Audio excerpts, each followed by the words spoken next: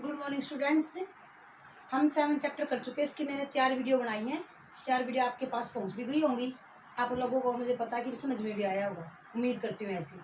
आज का जो टॉपिक है बेटे वेरी वेरी इंपॉर्टेंट टॉपिक है। इसमें से 4 नंबर का 6 नंबर का क्वेश्चन 100% आता है पेपर के अंदर। तो क्या होता है, कौन सा टॉपिक है बेटे हमारा? Concept of cost. Chapter number क्या होता है? कौन सा बेटे? 8वां चैप्टर है, कॉन्सेप्ट ऑफ कॉस्ट। क्या कहिए? लागत की धारणा है। लागत क्या होती है बेटे? कॉस्ट। पहले हम सिंपल तरीके से समझेंगे लागत। लागत क्या होती है? जब भी हम कोई किसी वस्तु का उत्पादन करते हैं, चाहे सिंपल उत्पादन करते हैं, चाहे 50 रुपये कोई वस्तु का उत्पादन करते हैं, या हम करोड़ों का उत्पादन करते हैं, जिन वस्तुओं का उत्पादन करने के दौरान जो हमारा खर्च होता है, खर्च मीन क्या कहेंगे बेटा? लागत कहेंगे। सिंपल वे में क्या कहेंगे बेटा? इसको हम खर्च, जो खर्चा आता है उसे क्या बोलता है? ये लागत बोलता है। लेकिन इकोनॉमिक्स की क्या धारणा कहता है कि भी जो हम भूमि, पूंजी, श्रम यानी कि बेटा बिल्डिंग यूज करते हैं, मशीनरी यूज करते हैं, कच्चे माल के रूप में जो खर्चा होता है, भूमि के ऊपर खर्चा किया, भूमि को लगान दिया है, पूंजी को ब्याज दिया है, कच्चे माल उठाया है, जो लेबर को मैंने मजदूरी दी है, उनका जो खर्चा होता है उसे क्या कहता है बेटे? उनके ऊपर जो खर्च होता है उसे क्या बोलता है बेटे? यू आगत बोलता है। इकोनॉमिक्स में क्या बोलते हैं? इसको हम आगत बोलते हैं, इनपुट्स बोलते हैं। आगत मीन क्या समझेंगे? कंफ्यूज मत होना। इनपुट ही क्या होती है बेटे? आगत होती है। इकोनॉमिक्स में होती है। सिंपल लागत ना बोल के इसको क्या बोलेगा? इसको यो आगत बोलेगा। समझ में आया बेटे? तो हमने केवल आज तक हमने यही पढ़ा है कि भाई उत्पादन के दौरान जो हमारा कच्चे माल के ऊपर है, या भाई भूमि पूंजी बिल्डिंग के ऊपर, मशीनरी के ऊपर जो खर्च होता है उसे क्या कहेंगे बेटे? हम लागत मानते हैं। ठीक है, उसे ही क्या मानते हैं? लागत है। जो दूसरों को पेमेंट करते हैं, मान लिया हमने किसी वस्तु का बिजनेस स्टार्ट किया, कोई प्रोडक्शन किया, किसी वस्तु का प्रोडक्ट तैयार करने लग रहे हैं, तो दूसरों को मनी के रूप में पैसा देने लग रहे हैं हम।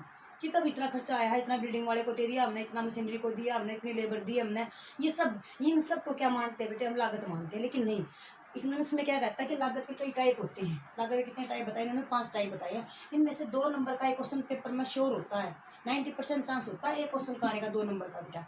तो इसके टाइप बोलते हैं इसको, या इसके प्रकार। ठीक है, तो लागत के प्रकार कौन से होते हैं? पहला कहता है बेटे real cost. Real cost mean क्या कहेगा बेटे? इसको ये वास्तविक लागत कहेगा। रियल कॉस्ट मीन क्या होता है? वास्तविक लागत होता है। वास्तविक लागत का प्रतिपादन किसने किया था? सबसे पहले डॉक्टर मार्शल ने किया था। हमें पता है कि हमारे एक्चुअल लाइफ में इसको काउंट नहीं करते हम, लेकिन बेटा जब हम अपने खर्चों को काउंट करते हैं तो उसमें A to Z हम जितना भी हमारा जो कुछ भी लगता है हम सबको काउंट करते हैं कि टोटल हमारा खर्च ये हो रहा है और ये हमारा उत्पादन हो रहा है। समझ में आया बेटे? तो पहला पॉइंट क्या कहता है? वास्तविक लागत क्या होती है? रियल कॉस्ट होती है। इसका प्रतिपादन किसने किया था? डॉक्टर मार्शल ने किया था। उन्होंने क्या कहा था कि उत्पादन के दौरान जो एक मालिक को परिश्रम करना पड़ता है, दुख सहन करने पड़ते हैं, कष्ट सहन करने पड़ते हैं, धूप छाँव सहन करनी पड़ती है, परेशानियां सहन करनी पड़ती है, रातों की नींद उड़ानी पड़ती है, इन सब को ही क्या कहलाता है बेटे? इन सब को ही क्या कहेगा? ये रियल कॉस्ट कहेगा। समझ में आया? कोई भी मालिक का करोड़ों रुपए का इन्वेस्ट करने लग रहा है, लाखों रुपए का इन्वेस्ट करता है, चाहे 50 रुपए का इन्वेस्ट ठीक ही नहीं करता है, क्योंकि उसका 50 का ही लेवल है उस बंदे का, तो 50 उसके लिए बहुत बड़ी बात है बेटे। जो 50 रुपए का ही खर्च करता है तो भी उसको ये लगता है कि क्या कहीं मेरे 50 रुपये चले ना जाए, कहीं ना कहीं मन में क्या होता है? उसको टेंशन होती है बेटे। तो ये टेंशन होती, टेंशन भी किसने क्या कहता है? टेंशन भी क्या होती है? एक प्रकार की लागत होती है। किसने कहा? ये डॉक्टर मार्शल ने कहा। समझ में आया बेटे? ठीक है, इसकी डेफिनेशन किसने की? मार्शल ने। डेफिनेशन में क्या कहा है? किसी वस्तु के उत्पादन में प्रत्यक्ष या अप्रत्यक्ष रूप से, कई बार तो हम काम करते हैं, खुद मालिक भी उसमें इन्वॉल्व हो जाता है, या बेटा ऑफिस में बैठा है, खुद काउंट हो गया, खूब इन्वॉल्व हो गया, वो तो डायरेक्ट मेथड से हो गया, अभी डायरेक्ट वे है, अभी सीधा वो भी काम करने लग रहा है, लेबर को भी लगा रहा है। और अप्रत्यक्ष इसने क्या कहा? अभी किसी वस्तु के उत्पादन में प्रत्यक्ष या अप्रत्यक्ष रूप से, डायरेक्ट या इनडायरेक्ट वे से। इनडायरेक्ट मीन क्या कहेगा बेटे? वो जैसे ऑफिस में बैठा है, जस्ट ऑफिस में वैसे कोई फर्म है, कोई उत्पादन लगाया उसने, कोई किसी प्रकार का उत्पादन किया, उनके कोई फार्मर है, वो बेशक खुद काम ना करता हो, लेबर से काम कराने लग रहा है, लेकिन जहाँ भी कहीं बैठा, ऑफिस में बैठा, घर बैठा है, उसको ये रहता है सारा दिन कहीं भी लेबर काम ना करती हो, कहीं लॉस ना हो जाए, कहीं मंदी तेजी ना हो जाए। तो ये प्रत्यक्ष या अप्रत्यक्ष रूप से लगे विभिन्न प्रकार के श्रम तथा इसमें तैयार करने में लगी हुई पूंजी, जो उसमें पूंजी लगाया, जो पैसा लगाया है, उसको बचत करने के लिए उसमें उपभोग स्थगन मीन अपने आप को, अपने जो पैसे को उसमें स्थगन पोस्टपोन करना है, अथवा प्रतीक्षा में निहित सभी प्रयत्न तथा त्याग मिलकर उस वस्तु की क्या कराते हैं बेटे? वास्तविक लागत होती है। जो उसने पूंजी लगाई है उस पूंजी का रिटर्न के लिए, रिटर्न मीन मैंने क्या बताया था उसको? वापसी। रिटर्न मीन क्या कहता है बेटे? उसने किस लिए पैसा लगाया है? प्रॉफिट के लिए पैसा लगाया है, तो उसने कम से कम भी वेट करेगा। वो कितना टाइम तक वेट करेगा? कम से कम 1 साल का टारगेट है, 2 साल का टारगेट है, तो जो वेट के दौरान जो प्रतीक्षा की है उसने, समझ में आ रहा है बेटे, जो प्रतीक्षा की है उसने, प्रतीक्षा के दौरान बहुत लंबा टाइम हो गया, इतना पैसा लगा के, ठीक है ना, तो ये भी किस में काउंट होता है बेटे, रियल कॉस्ट में काउंट होता है। एक बार एक क्वेश्चन आता है पेपर के अंदर, कम से कम 3-4 साल पहले क्वेश्चन आता, ये स्टेटमेंट दे रखी थी, एक कुम्हार मिट्टी का खिलौना बनाने में अपने 8 घंटे स्पेंड करता है, कुम्हार 8 घंटे स्पेंड करता है, तो ये कौन सी कॉस्ट होगी। तो बेटा उसने 8 घंटे कंटिन्यू काम किया है, तब जाके खिलौना तैयार हुआ है।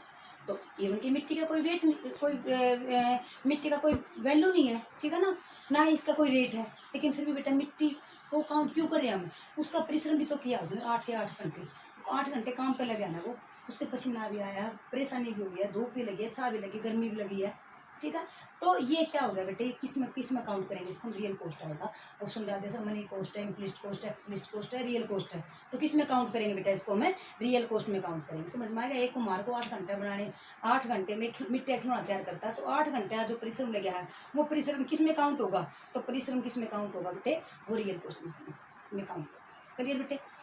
सेकंड है बेटे अपॉर्चुनिटी कॉस्ट, ये सेकंड चैप्टर है अपॉर्चुनिटी कॉस्ट का, लेकिन मैंने तुम्हें नहीं कराया अब तक, लेकिन कराऊंगी इसको मैं।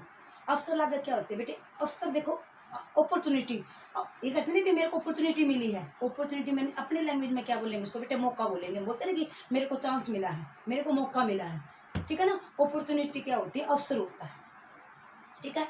तो यहाँ पर किस सिंपल अपॉर्चुनिटी का मीनिंग पता लग गया भी, एक चांस होता है, एक मौका होता है, लेकिन साथ में क्या लगा इसने, अपॉर्चुनिटी कॉस्ट लगाया इसने, क्या लगा बेटे, अवसर लागत लगाया है, तो लागत का में शब्द लगा दिया, इसका मतलब तो बेटे इसका नेम चेंज हो गया, अपॉर्चुनिटी एज ए चांस मानते हम, ठीक है। लेकिन यहाँ पर लागत का मतलब क्या होता है, कोई व्यक्ति है उसको काम करने के लिए पहले कहीं और काम करता है, फिर कहीं और काम करता है, तो जहाँ पहले काम करता है तो वहाँ पर उसको 1000 रुपये मिलते हैं। अब जहाँ दूसरी जगह काम करने के लिए आता है तो वो उस काम को जहाँ पे पहले करता था उस काम को क्या करेगा बेटे, उसको त्याग करना पड़ेगा, ठीक है। 1000 रुपये का काम छोड़ रहा है वो, अगर उसको 900 रुपये मिलते हैं तो बेटा वो वहाँ पर काम नहीं करेगा, क्योंकि उसको पता है कि 1000 रुपये का लॉस होया है, 100 रुपये लॉस होने लग रहा है। हाँ, अगर उसको वहाँ से 1000 से प्लस मिलते हैं तो बेटा क्या करेगा वो, उसने प्लस मान लो 1100 रुपये मिलते हैं, जहाँ दूसरी जगह काम करता है तो 100 रुपये उसको क्या मिल रहे हैं एक्स्ट्रा, केवल 100